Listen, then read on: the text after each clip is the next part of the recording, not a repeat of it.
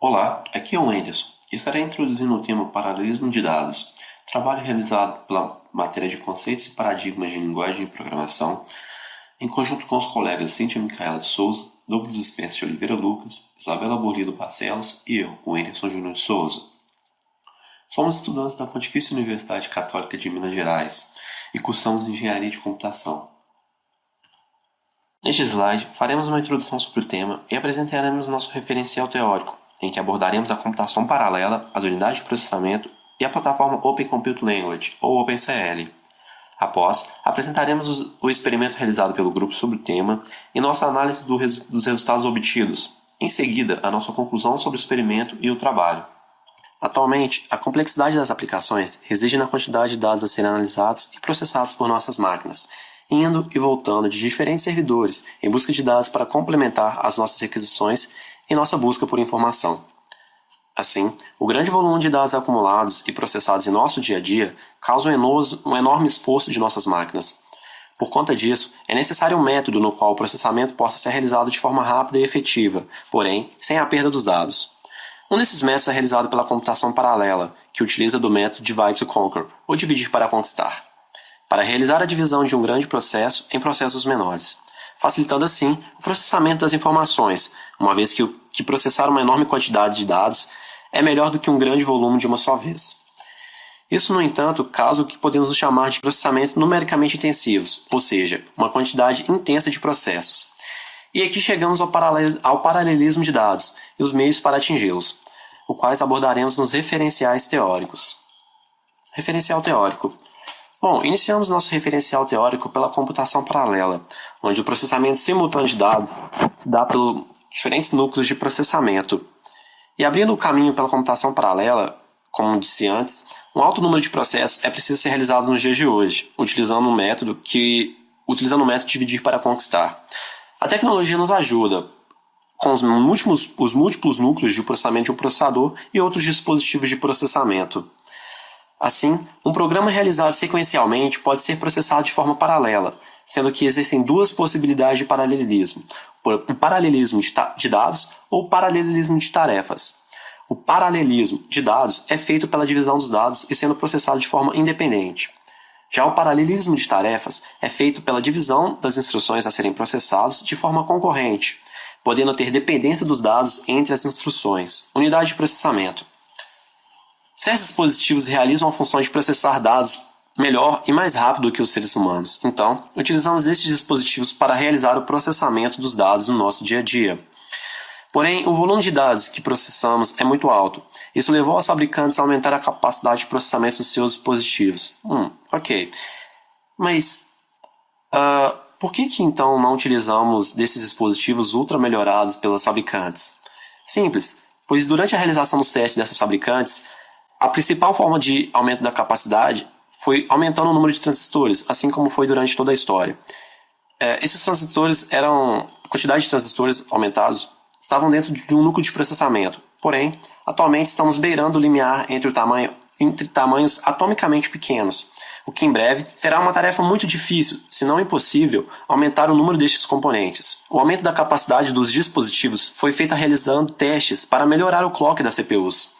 Porém, levou ao alto aquecimento e consumo energético, tornando inviável esse método, já que aumentar o aquecimento aumenta os custos para resfriamento e o consumo energético aumenta os gastos com energia elétrica. Assim, surgiu o paralelismo de dados e processamento em mais de um núcleo ou processamento multicore. Esse método utiliza de diversos núcleos de processamento de CPUs e de dispositivos extras, como as GPUs e APUs, que falaremos em seguida, para aumentar ainda mais a quantidade de núcleos para processar os dados. Ainda falando sobre as unidades de processamento, falaremos agora sobre a CPU, que é a unidade central de processamento de uma máquina.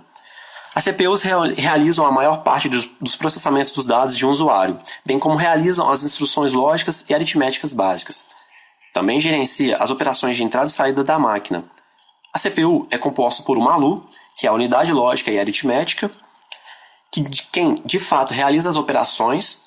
É composta também por uma unidade de controle para gerenciar o controle de todos os processos e os registradores que guardam os dados. Os dispositivos extras que mencionamos anteriormente, que eram as GPUs e as APUs, falaremos agora, sendo que a GPU é uma unidade gráfica de processamento, dispositivo extremamente importante para rodar os jogos com os mais avançados gráficos, pois possui a capacidade de realizar as operações que geram os gráficos, que por sua vez são nada mais nada menos do que funções matemáticas que devem ser processadas. A GPU possui a capacidade de realizar grande quantidade de processamentos, pois possui diversas unidades capazes de processar esses dados. Sua função principal é realizar essas operações de renderização gráfica e é otimizada para ser feita em paralelo. Já agora falando sobre a APU, que são as unidades de processamento acelerado, são chips que integram o melhor da CPU e da GPU em um único chip, levando uma comunicação mais rápida. Vale ressaltar que as GPUs e as APUs são dispositivos mais caros do que as CPUs e possuem funções específicas. Porém, no paralelismo de dados, esses dispositivos podem ser utilizados para ajudar no processamento. Porém, tornam-se inviáveis utilizá-las como unidades principais de processamento, já que, apesar de possuírem grande capacidade de processamento, possuem pouca memória em relação a um processador, o que poderia dificultar e aumentar um atraso do processamento de informações. Falaremos agora sobre a Open Compute Language, ou OpenCL. Bom, a fabricação de um componente de processamento requer instruções específicas e efetivas para controlar como é feito o processamento dos dados dentro do dispositivo. Assim, as fabricantes utilizam suas próprias formas de programar seus dispositivos, o que para um programador que deseja usar da capacidade de um dispositivo para auxiliar no processamento, torna inviável e dificultoso visar diferentes dispositivos. Assim, em 2008, a Apple propôs ao Khronos Group o OpenCL, sendo uma plataforma aberta, padronizada e não proprietária de programação paralela, baseada em C e C++, capaz de atingir múltiplos dispositivos de processamento de diferentes arquiteturas. Ok, mas e como funciona? Bom, uma plataforma OpenCL é composta por uma ligação entre um host, que gerencia toda a plataforma, e o contexto no qual o OpenCL está inserido. O contexto é formado pelo programa executado e o gerenciamento de memória. Um programa em OpenCL consiste em um grupo de kernels, que são, por sua vez, as funções do programa. Em um contexto, estão inseridos os dispositivos de processamento e suas respectivas áreas de memória e command queues, usados para gerenciar a execução dos kernels ou a operação dos objetos da memória. Dentro dos dispositivos estão as compute units, que são a área de execução dos processos. Os itens a serem processados são chamados de process elements, que são processados dentro dos work items, ou comumente conhecida threads. Uma coleção de work items é chamada de work groups, e essas coleções de work groups estão dentro de uma grade chamada ND-Range, no caso do OpenCL. Experimento.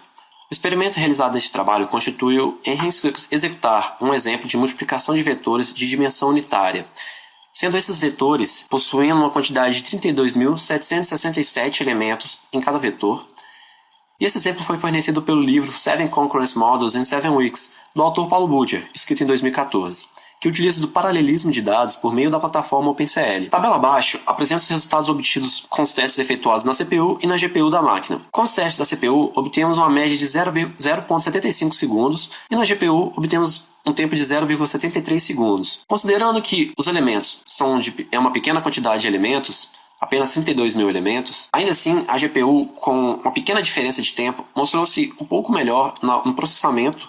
Após a execução dos experimentos, verificamos que o algoritmo executado, ainda que os dados sejam executados em paralelos, o custo de desempenho para a execução ainda é maior do que uma execução sequencial, já que o preparo da arquitetura da plataforma OpenCL é muito maior do que apenas uma execução sequencial em que as instruções são executadas sequencialmente e os dados são obtidos sequencialmente. Assim, não há o custo da execução de funções. Apesar disso, os testes mostram que a CPU tem um resultado um pouco inferior ao da GPU, ainda que o volume de dados seja pequeno. A GPU utilizada foi uma NVIDIA GeForce 830M e a CPU foi uma Intel Core i7 de 2.4 GHz. Conclusão. Apesar dos valores obtidos em uma computação sequencial possuírem um tempo de execução menor do que na computação paralela, entende-se que o preparo necessário da arquitetura da OpenCL sobrepôs o ganho de tempo, devido ao fato dos dados não possuírem um volume tão grande para evidenciar a rapidez do paralelismo sobre o sequencial. Ademais, pôde-se verificar o ganho de tempo ao executar o programa usando a GPU em vez da CPU.